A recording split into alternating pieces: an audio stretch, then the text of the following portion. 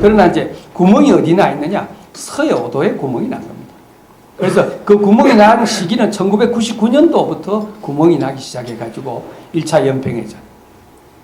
그렇게 나옵니다. 그 다음에 2002년에 2차 연평해전. 이렇게 이제 연속적으로 이렇게 나오는데도 불구하고 국방비가 워낙 모자라다 보니까 거기에 손을 못 쓴 거죠. 근데 이제 이것이 이제 누적이 돼가지고 이제 골마서 터진 겁니다.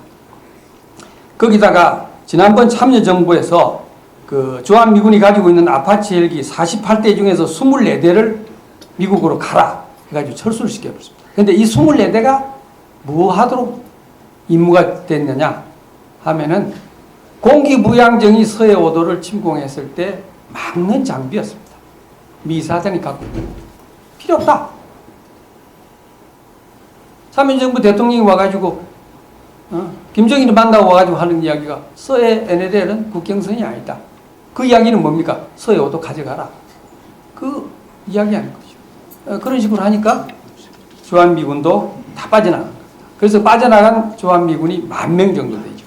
37,000에서 지금 28,500명밖에 안 남아 있습니다. 그리고 참여정부 있을 때 이제 가장 큰 실수가 뭐냐면은 주한미군이 가지고 있는 전평시 한반도 방어에 필수적인 주한미군 10대 임무 기능을 2004년 8월부터 2008년 9월까지 다 우리가 인수했습니다. 이러다 보니까 주한미군이 할 일이 없는 겁니다. 그러다 보니까 그 부분이 다 빠져나간 것이 10,000명이 빠져나갑니다. 그 다음에 한미연합군 사령부가 상상외로 해체가 됩니다.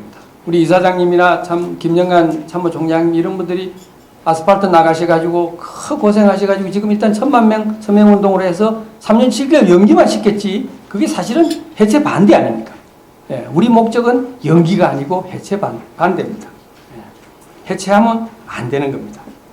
그래서 현재 125개 과제로 추진했는데 2009년 11월 29일 현재 65%가 파기가 됐습니다. 그 여기에 보면은 가장 중요한 게 있습니다. 한미연합사라는 것 자체가 전시에 필요한 조직인데 왜 평시에 있느냐? 양국 대통령이 평시에 중요한 임무를 줬습니다. 그게 연합권한위임상이라 해서 코다라고 이야기합니다. Combined Delegated Authority. 해가지고 여기에 중요한 내용이 있습니다. 전쟁업체 방어 및 정전협정 준수를 위한 연합위기관리. 여러 가지가 있습니다만은 뭐 훈련도 하고 작전 계획도 만들고 이렇게 돼 연합 정보 관리 요 부분이 있습니다. 그러니까 평시에 전쟁이 안 나도록 철저하게 연합사니가 관리해라 하는 부분이 있는데 이 부분이 깨져버린 겁니다. 이 부분이 깨진 겁니다. 이게 살아있을 때는 북한이 도발을 못했습니다. 한번 잠깐 보시면요. 연합사가 78년도 11월 7일 날 창설이 돼가지고 여태까지 오고 있죠. 그리고 그 당시에는 각군 참모총장이 작전 지휘권을 갖고 있었습니다. 한번 보시면 1980년도부터 1999년도까지 북한이 아무 도발을 할 수가 없습니다. 왜냐? 연합사의 기능이 살아있고 전문가인 각군 참모총장이 일일이 작전부대를 챙겼기 때문에 그렇습니다. 그러니까 이 부분으로 돌아가지 않으면 서해오도가 점점 수렁에 빠질 수밖에 없습니다. 그래서 앞으로 그 북한의 도발 유형은 여러 가지가 있습니다. 서해오도를 기습 상륙한다든지 경비함을 공격한다든지 해안포 사격한다든지 서해오도 봉쇄선을 한다든지 이렇게 많은데 다른 거는 우리가 견딜 수가 있습니다. 가장 큰 문제가 서해오도 기습 상륙입니다.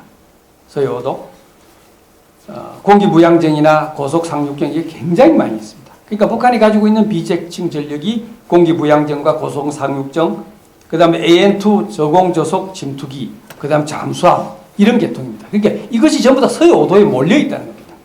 이 부분이. 그렇기 때문에 그러니까 서해오도 전체가 비대칭 전력에 걸려있는 겁니다. 그러니까 방법이 없다. 네, 방법이 없다. 바둑에 따지면 환객이 걸려있는 거죠. 이 핏밖에 못 쓰는 이런 상황 빨리 해소하지 않으면 위험한 겁니다. 특히 제가 우려하는 것은 대청도의 주민이 1,200명, 소청도 주민이 200명이 있는데 여기에는 가장 취약한 구역이다. 이렇게 분석하고 있습니다. 만약에 얘들이 점령을 했을 경우에 주민을 인지를 했을 때는 우리가 작전하기도 어렵고 나중에 되돌려 받기도 어렵습니다. 작년에 분석해 본 결과 연평도가 3시간 만에 점령되는 것으로 그렇게 검토가 됐습니다. 국방부의 검토 사항입니다. 그리고 지금 서해 나가 있는 경비함 대형함 5척이고 고속정 13척이고 이거는 이제 국정감사에 나왔던 자료입니다. 이 대형함 5척이 북한 대함 미사일 사거리에 항상 안에 들어가 있습니다. 나중에 책에 한번 보시면 아시겠습니다만 그 안에 들어가 있기 때문에 우리 장병들은 24시간 죽음의 직면에 있습니다. 항상 저도 함장할 때 구축함 함장할 때 항상 나는 죽을 수 있다. 왜냐 구축함이라는 게 대함 미사일이 한두 발 오면은 항상 장비를 켜놨을 때 방어가 됩니다. 한두 발 정도만 오면은 구축함은. 그러나 서너 발이 동시에 날라오면은 결국은 죽게 돼 있습니다. 그러니까 북한 애들은 전평시 구분 없이 무조건 기습을 하기 때문에 항상 죽을 수 있는 위험에 현재 노출되어 있습니다. 그래서 우리 군이 지금 현재 하고 있는 대비 방향은 대개 이렇습니다. 서해 5도에 K9 자주포를 좀 더 갖다 놓고 육군이 쓰는 130mm 다연장 로켓들을 갖다 놓고 그 다음 대포백 레다 그 다음에 중거리 지대공 미사일 1000마라는 거 있습니다. 한 20km 사거리 갖고 있는 거 같고 그 다음에 구축함 전부 다 그쪽으로 옮기고 있습니다만 소말리아에 벌써 한 척이 나갔기 때문에 결국은 3척이 빠져버린 겁니다. 소말리아에 3척이 그러니까 3척이 빠지니까 지금 9척밖에 없죠. 9척 중에서 살아있는 건 3척밖에 없으니까 서해에도 다 커버가 어려운 상황입니다. 그리고 이제 뭐 중기적으로 이스라엘에서 미사일을 가져온다든지 전술 비행선을 공중에 띄운다든지 뭐 이런 이야기가 있습니다. 요새화를 2015년까지 한다든지 이렇게. 요 최근에는 또 서북도서방위사령부 지금은 연평부대하고 백령도에 있는 유계단하고 이렇게 지위가 떨어져 있습니다. 그러나 이걸 이제 합쳐가지고 해병대 사령부에서 직접 관할하는 이런 뭐 아이디어 이건 좋습니다. 이거는 뭐 좋고 가장 큰 문제는 이런 식으로 방어 위주로 이렇게 무기를 갖고 가가지고는 억제하기가 어렵다는 겁니다. 그리고 나중에 말씀을 드리겠습니다만 군의 상부지 구조를 합동군 사령부 창설한다. 오늘 신문에는 보면 합동군 사령부를 백제한다. 근데 내용은 그렇지 않습니다. 그 유영호 기자가 제목을 잘못 쓴 겁니다. 그래서 우리가 앞으로 이제 어떤 방향으로 가야 되느냐. 서해 5도와 주변 해역에는 공격 전력을 보유해야 됩니다. 그러니까 적이 공격을 하고 난 다음에 우리가 대반격한다. 이거는 군사 전략에 맞지 않습니다. 적이 아예 서해 5도를 생각하지 못하도록 해야 됩니다. 그렇기 때문에 해병대한테 공지 기동 부대를 만들어줘야 됩니다. 그러니까 육군이 가지고 있는 500MD 헬기라든지 코브라 헬기를 아예 떼어가지고 해병대에 줘야 됩니다. 그 다음에 육군이 가지고 있는 수송 헬기 UH-60도 해병대에 줘야 됩니다. 너가 필요하면은 포항에 있는 해병대를 백령도로 정원해라. 그 다음에 육군이 가지고 있는 무인정찰기 군단급에 가지고 있는 송골매 있습니다. 그것도 줘야 됩니다. 지금은 안 주죠. 군단급 장비니까 그 연대급이나 여단급에 안 준다. 줘야 됩니다. 일단 주고 책임을 해병대 사령관한테 물어야 됩니다. 앞으로 너가 다시는 122mm 그런 장사정부 맞으면은 너 아주 자리를 물러내고 감옥 갈 생각해라. 해군 참모총장 보고 천안함 같은 게 또 깔아앉으면은 너는 감옥 가야 된다. 밤잠을 안 자고 합니다. 밤잠을 안 자고 합니다.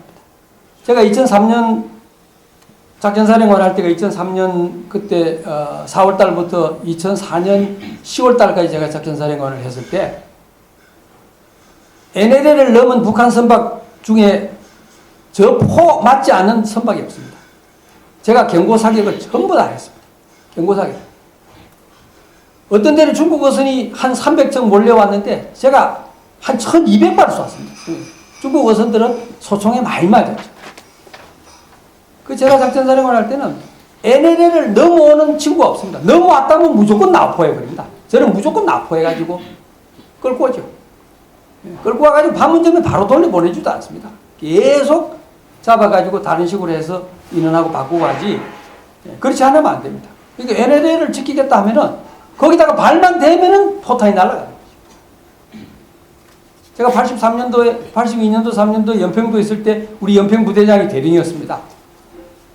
그분이 얼마나 연평도를 잘 지켰느냐. 북한 경비정이 NLL 넣어놓으면 155mm 폰을 쏘아버렸습니다. 150을 폰을 쏘아버린 거예요. 그 결국 그분이 제대했습니다. 제대했습니다. 얼마 남북한하고 사이좋게 지내야 되는데 왜 포사가 있겠냐. 저 제대하겠습니다. 그래, 제대. 지금도 훌륭한 그런 분이 없습니다. 그러니까 지휘관이라는 것은요, 자꾸만 계급 올라가겠다 생각하면 안 됩니다. 필요할 때 딱 책임지고 나가야 됩니다. 그래야 후배들이 또 크죠. 예, 후배들이 큽니다. 그게 지휘관입니다. 예, 지휘관이라는 것은 유사시 죽지 않습니까? 예, 지휘관이 그렇게 해야 됩니다. 그때는 공세적으로 했기 때문에 절대 NLL을 누가 침범합니까? 침범하지 않습니다. 그러니까 방어 전력으로는 안 된다는 겁니다. 그리고 해군 해병대 특수부대 있지 않습니까? 특수부대 많습니다. 얘들을 백령도, 연평도 배치해가지고 북한이 까불면 그날 밤으로 들어가가지고 북한 그냥 시설을 그냥 다 없애버리는 겁니다. 북한 해안에 아주 허술합니다. 쟤들도 허술합니다. 그리고 해군이 가지고 있는 구축함 지금 소말리아에 지금 보낼 여유가 없습니다. 빨리 불러들여가지고 급의 한 척이라도 사용을 해야 됩니다. 여러분들 오늘 나눠준 요걸 한번 보시면요. 지금 가장 시급한 게 이 문제입니다. 자, 한국군 상부 구조를 어떻게 개편할 것이냐. 지금 제일 밑에 걸로 지금 가고 있습니다. 지금 제일 밑에 걸로. 그러니까 저 제일 왼쪽에 있는 것이 이제 지금 현재 합동참모본부 직위죠. 보면은 각군 총장은 행정지휘관이 됐고 합참의장은 작전지휘관이 됐기 때문에 국방이 주인이 없습니다. 거기다가 합참의장한테 너무나 많은 그런 업무를 주어놨습니다.